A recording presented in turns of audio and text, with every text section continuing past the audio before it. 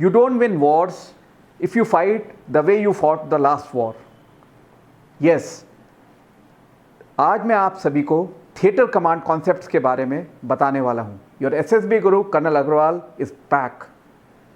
If you want to know more about it, आप मेरे channel को, मेरे वीडियो को आखिर तक देखें, एज अकेडमी के चैनल को सब्सक्राइब करें और लाइक और शेयर भी करें.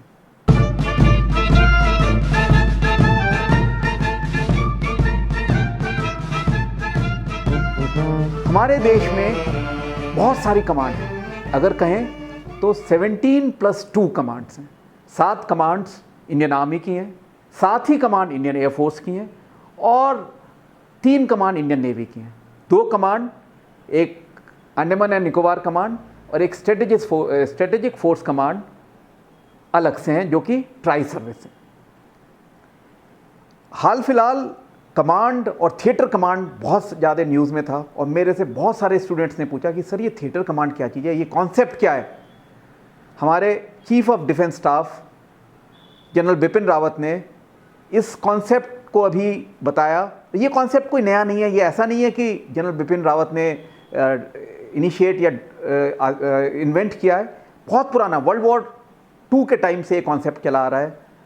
लेकिन हमारे देश में हाँ, ये पहली बार इम्प्लीमेंट होगा. और अगर थिएटराइजेशन या थिएटर कमांड का कॉन्सेप्ट होगा तो ये मेरी समझ में इंडियन आर्म्ड फोर्सेस का बिगेस्ट मिलिट्री रिफॉर्म्स के नाम से जाना जाएगा. क्या ये ठीक है, क्या ये गलत है, इस पे हम चर्चा करेंगे और ये एक डिबेटेबल इशू है. हाल फिलहाल आपने देखा ही था कि हमारे chief of air staff general RKS Bhadauria ने इसके बारे में अपनी जो रिजर्वेशंस हैं, जो कि उनको मन में डाउट्स हैं कि एयर कमांड को लेकर क्या होगा, वो जग जाहिर किए थे. और जनरल बिपिन रावत ने यहाँ तक कह डाला कि एयरफोर्स तो एक सपोर्टिंग आर्म है, जैसे कि इंडियन आर्मी में आर्टिलरी या इंजीनियर्स हैं. वैसे मैं आपको बता दूं कि आर्टिलरी और इंजीनियर्स, ख़ास तौर पे आर्टिलरी, अब कॉम्बैट सपोर्ट आर्म के तौर पर नहीं जानी जाती है, बल्कि इट्स ए कॉम्बैट आर्म. क्योंकि आर्टिलरी इतना ज़्यादा बारूद और दुश्मन के ऊपर कहर बरपाते हैं कि वो it is no more a supporting arm. Similarly air force can not be treated as a supporting arm. और हमने तो बहुत सारे युद्ध देखे हैं यहाँ पे एयरफोर्स ने ही पूरा का पूरा फैसला युद्ध का चेंज कर दिया था. अगर आप इजराइल और अरब वॉर की बात करें, 6 डे वॉर या 1973 यॉम किपर वॉर, दोनों वॉर्स को देखेंगे तो आपको समझ में आएगा कि एयरफोर्स ने एयर सुप्रीमेसी लाने में कितना ज़्यादा इंपॉर्टेंट रोल प्ले किया था. अब ये यूनिफाइड कमांड या थिएटर कमांड का कॉन्सेप्ट इतना ज़्यादा क्यों चर्चा में है? 1999 में जब कारगिल युद्ध समाप्ति के बाद उसके सिर्फ 4 दिन बाद 29 जुलाई को एक KRC कारगिल रिव्यू कमेटी बनाई गई थी. उसको जो हेड किया था ब्रिजेश मिश्रा, उस टाइम के नेशनल सिक्योरिटी एडवाइज़र थे, NSA. और उस कमेटी के जो मेन थे वो KS सुब्रमण्यम थे. उन्होंने अपने कई सारे व्यू पॉइंट्स दिए थे. उन्होंने CDS का गठन की बात भी कही थी और बहुत सारे पॉइंट्स थे. एक उसमें थिएटर कमांड का भी कॉन्सेप्ट की बात कही गई. बाद में इस तरह करके कई कमेटीज़ बनी. एक DB Shekatkar, lieutenant general DB Shekatkar committee बनी थी. उन्होंने भी 2016 में CDS और थिएटर कमांड की बात करी. आइडिया ये था कि क्या हम अपने जितने रिसोर्सेज हैं उनको ऑप्टिमली यूटिलाइज कर सकें, यानी कि जब ज़रूरत पड़े तो हमारे रिसोर्सेज सबसे अच्छे तरीके से यूटिलाइज हो सकें, हमारा रिएक्शन या रेस्पॉन्स बहुत तेज हो और तीनों सर्विसेज यानी कि आर्मी, नेवी और एयरफोर्स के बीच में एक सिनर्जी हो. सिनर्जी मतलब एक कोऑर्डिनेशन, एक बहुत अच्छा सा जॉइंटमैनशिप हो. तो यही कॉन्सेप्ट थिएटराइजेशन का था. अमेरिका, चाइना ने भी शुरू कर दिया, रशिया, ये सब तो काफ़ी टाइम से थिएटराइजेशन करते हैं. सबसे पहले अमेरिका करते आए थे. अब अमेरिका क्यों करते थे? अमेरिका, USA एक ग्लोबल मिलिट्री पावर के तरीके से एमर्ज होते हैं. वो चाहते हैं कि जैसे उनकी पेस्कॉम है, पैसिफिक कमांड है US पेस्कॉम के नाम से, तो वो पूरा एक कॉम्प्लीमेंट होता है जिसमें कि army, navy, air force, aircraft carriers और पूरा का पूरा वो सेल करते हैं और दुश्मन के इलाके में या कहीं पर भी जाके अपना डोमिनेशन करते हैं. चाइना भी हाल फिलहाल command structure, theatre command structure की तरफ बढ़ रहा है. रशियंस ने भी 2008 से शुरू कर दिया था। अब ये सारी चीज़ें उनके लिए तो बहुत अच्छी हैं जो कि ग्लोबल मिलिट्री पावर के तौर पर उभरना चाहते हैं, पर क्या हमारी डॉक्ट्रिन में है कि हम ग्लोबल मिलिट्री पावर की तरह से, हार्ड पावर की तरह से वर्ल्ड में एमर्ज होना चाहते हैं? और are armed forces are purely to protect our borders and to fight our adversaries? क्या हमारी सेनाएं हमारे दुश्मन को मुंह तोड़ जवाब देने के लिए हैं? थोड़ा सा विचार इस पर करने की बहुत ज़रूरत है। तो हम वापस आते हैं कमांड, थिएटर कमांड्स। जो प्रपोजल है उसमें यह कहा गया है कि 5 थिएटर कमांड होंगी। एक नॉर्दर्न लैंड थिएटर कमांड होगी जिसका एरिया ऑफ फोकस जो अभी हाल फिलहाल नॉर्दर्न कमांड है उसके जैसा होगा, और इसका जम्मू एंड कश्मीर, लद्दाख और थोड़ा बहुत सेंट्रल सेक्टर को टच करते हुए ये होगी नॉर्दर्न लैंड कमांड। दूसरी जो कमांड, थिएटर कमांड होने वाली है जो कि इस प्रपोजल में है, वो है वेस्टर्न लैंड कमांड, और इसका जो फोकस होगा पूरा का पूरा पाकिस्तान को लेकर होगा। तीसरी कमांड होगी ईस्टर्न लैंड कमांड, और जैसा आप समझ गए हैं कि ईस्टर्न लैंड कमांड का फोकस होगा चाइना की तरफ। इसके अलावा 2 और कमांड प्रपोज्ड हैं, एक है मैरीटाइम थिएटर कमांड और एक है एयर डिफेंस थिएटर कमांड। अब मैरीटाइम एयर कमांड का मतलब ये होगा कि नेवी जो है ये सदर्न साइड पे ज़्यादा डोमिनेट करेगी, और जो नेवी की 3 कमांड्स हैं उनको जोड़कर एक मैरीटाइम थिएटर कमांड बनाई जाएगी, और एयरफोर्स डोमिनेशन रहेगा एयर डिफेंस कमांड में। तो हाल फिलहाल जो प्रपोजल में यह है कि पहले ये 2 कमांड जो हैं इनको सबसे पहले बनाया जाए। कौन कौन सी?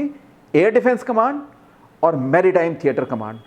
और मैरीटाइम थिएटर कमांड को जो लीड करेंगे वो एक 3 स्टार नेवी के होंगे, और उसमें एक 3 स्टार आर्मी के भी होंगे, और एक 2 स्टार एयरफोर्स के ऑफिसर होंगे।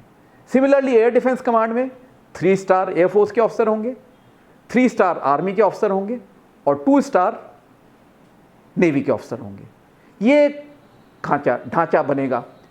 पर जो हाल फिलहाल इस कमांड थिएटर कमांड के जो कॉन्सेप्ट को एक स्पैनर पड़ गया है, एक रोक लग गई है before it could role.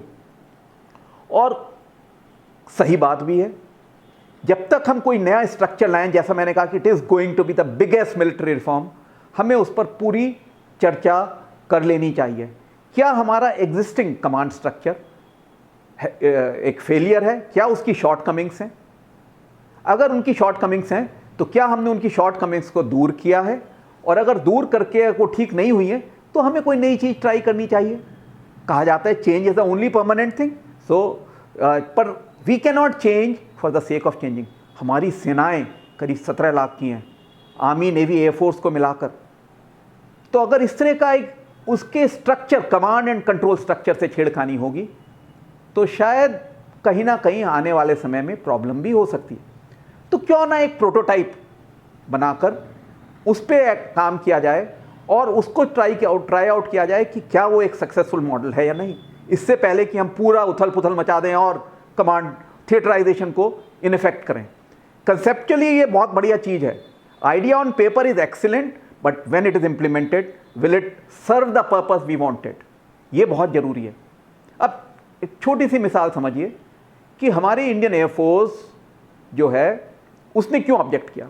Air force को 42 स्क्वाड्रन्स ऑथराइज है, या कहते हैं कि हमें कम से कम 42 स्क्वाड्रन चाहिए हमारे जो थ्रेट परसेप्शन है उनको मीट आउट करने के लिए। यानी ये थ्रेट मतलब हमारे ऊपर जो खतरा या चैलेंजेस है। हाल फिलहाल हमारे एयरफोर्स के पास घटकर 30 स्क्वाड्रन्स बची। हम रफेल खरीद रहे हैं, तेजस बन रहे हैं, पर टाइम लगेगा। 42 स्क्वाड्रन पूरी होने में बहुत टाइम लगेगा, क्योंकि जब तक वो आएंगे तो हमारे कुछ और हवाई जहाज पुराने हो जाएंगे।